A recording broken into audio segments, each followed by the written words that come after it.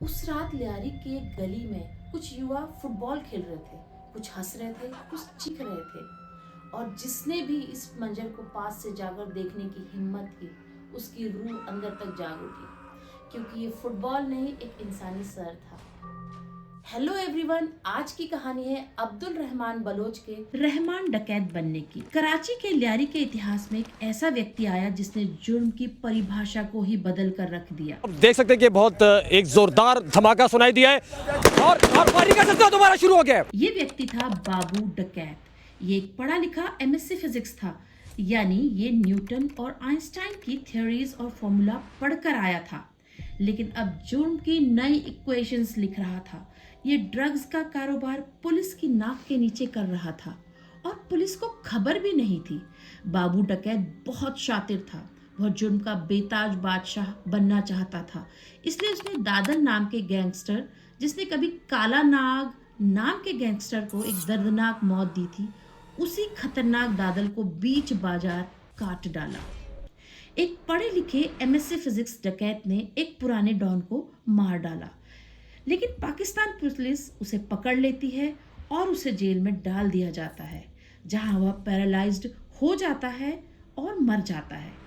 लियारी की गलियां शांत हो गई थी, लेकिन दादल की विरासत अभी जिंदा थी, और ये विरासत थी अब्दुल रहमान बलोच।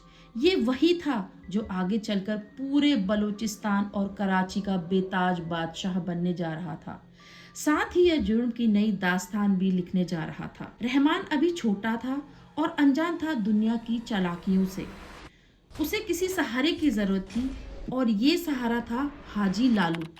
हाजी लालू ने रहमान का हाथ थामा क्योंकि वह दादल का पुराना साथी था। उसके अपने भी 7 बेटे थे। इन्हीं में से एक बेटा था अरशद पप्पू। ये वही अरशद है जो रहमान की जिंदगी में नासूर बनकर उसे सबसे बड़ा जख्म देने वाला था। हाजी लालू ने ही रहमान को जुर्म की हर बारीकी को सिखाया कि कैसे और कब दुश्मन को खत्म करना है, कैसे पुलिस को चकमा देना है। इनका ड्रग्स और एक्सटॉर्शन का नेटवर्क शेरशाह कब्रिस्तान के आसपास का था। इन दोनों का बाप बेटे का रिश्ता था।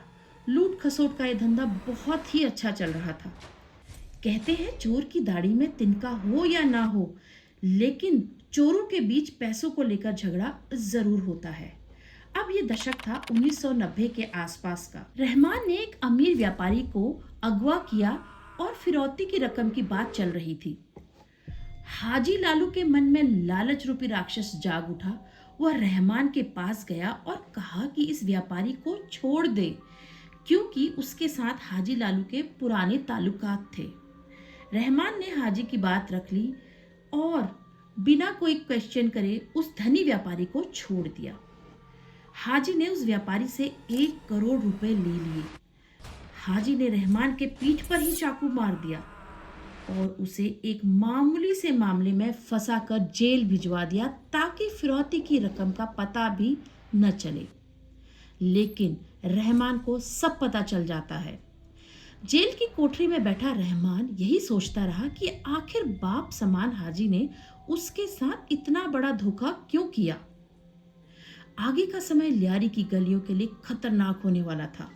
जो थोड़ी बहुत इंसानियत रहमान में बची थी, वो वहीं जेल की कोठरी में छोड़कर रहमान जेल के बाहर आ जाता है। अब 2 गैंग बन चुके थे, एक हाजी और उसका बेटा अरशद, और दूसरी तरफ रहमान अकेला। बदले की आग में जलते हुए रहमान एक दुर्दांत अपराधी बनने जा रहा था। वैसे गुनाह तो कहा जाता है वह बचपन से ही कर रहा था। मात्र 13 वर्ष की उम्र में उसने अपने पड़ोसी के पेट में चाकू घोंप दिया, वो भी एक मामूली से विवाद में। और 15 वर्ष की उम्र में वो 2 ड्रग्स डीलर को मार डाला। लेकिन 1995 में जो रहमान ने किया, उससे सबकी रूह कांप उठी। उसे शक हुआ कि उसकी मां खदीजा का रिश्ता किसी दुश्मन के साथ है। उस शक ने उसके अंदर के जानवर को जगा दिया और रहमान ने पल भर में अपनी मां का गला दबा दिया और पंखे से लटका दिया। इंसान की फितरत देखो, घर में मां का कत्ल करने वाला बाहर की दुनिया का मसीहा बनना चाहता था। वह चाहता था उसे भी रॉबिन हुड कहा जाए, वह गरीब लड़कियों की शादी का खर्च उठाता, बीमारों के हॉस्पिटल के बिल भरता, यूथ्स के लिए फुटबॉल टूर्नामेंट करवाता, भूखों को भोजन करवाता। लियारी के लोगों के लिए अब वह एक फरिश्ता बन गया था। उधर अरशद पप्पू भी कम नहीं था। रहमान की तरह उसका बचपन भी स्कूल और किताबों के बजाय ड्रग्स और गन्स के बीच में बीता था। पप्पू ने नीचता की हदें पार करते हुए रहमान के पिता दादल की कब्र ढूंढी और उसकी हड्डियों की बेअदबी की गई। मैसेज साफ था, मौत के बाद भी सुकून नहीं मिलेगा। उसने उसके बाद रहमान के चाचा को भी मौत के घाट उतार दिया। पप्पू ने अभी और जख्म देने थे रहमान को, इसलिए उसने उसके करीबी फैजू, जो कि एक ट्रांसपोर्टर था, उससे कहा कि अब से हफ्ता देना पड़ेगा, और फैजू ने साफ इनकार कर दिया। पप्पू भी कहाँ चुप रहने वाला था, उसने फैजू का शरीर गोलियों से छलनी कर दिया। यह देखकर फैजू का बेटा उजैर बलोच दहल उठा। वह अपने बाप के हत्यारे को पकड़वाना चाहता था, लेकिन पुलिस मदद नहीं कर पाई, अतः वह रहमान के पास गया। अब सीधा साधा उजैर भी एक गैंगस्टर बन चुका था। रहमान का कद भी बहुत बड़ा हो गया था, उसकी पैठ पॉलिटिक्स में भी हो गई थी। कहते हैं हर शेर को सवा शेर जरूर मिलता है। ठीक उसी तरह रहमान को पकड़ने के लिए कराची के super cop SSP Chaudhry Aslam ने कमर कस ली थी। वह एक एनकाउंटर स्पेशलिस्ट था। एसएसपी जानते थे कि रहमान को पकड़ना आसान नहीं था। रहमान के पास एक बहुत स्ट्रॉन्ग मुखबिर नेटवर्क था। उसे पुलिस के हर कदम की खबर थी। 2006 में किस्मत ने एसएसपी का साथ दिया।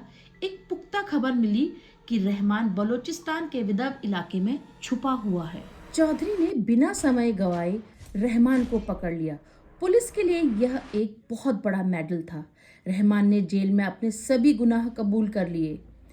लगा ये कहानी अब खत्म, लेकिन रहमान सिर्फ एक खौफ ही नहीं था, बल्कि बेशुमार दौलत का मालिक भी था।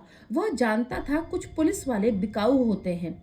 उसने असमल की टीम के सामने एक ऐसी रकम रखी जिसे ठुकराना आसान नहीं था, क्योंकि उस दौर में 5 करोड़ बहुत बड़ी राशि थी। इस तरह वह बहुत आसानी से जेल से भाग गया। 18 अक्टूबर 2007 को बेनजीर भुट्टो, पाकिस्तान के पूर्व प्रधानमंत्री, सालों बाद अपने मुल्क पाकिस्तान वापस आए। लोगों का हुजूम उमड़ पड़ा। तभी एक बॉम्ब ब्लास्ट हुआ। करीब 140 लोग मारे गए। हर तरफ चीखें, लाशें, खून और अफरा तफरी। लेकिन सबसे चौंकाने वाली बात, बेनजीर भुट्टो को सुरक्षित वहां से निकालकर रहमान डकैत खुद उनकी गाड़ी चलाकर ले गया।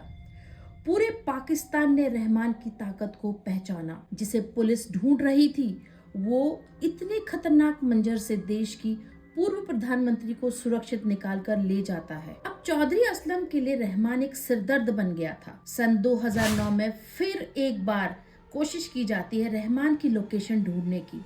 अब की बार चौधरी को सफलता मिलती है। चौधरी असलम ने उसके बाद रहमान का एनकाउंटर कर दिया।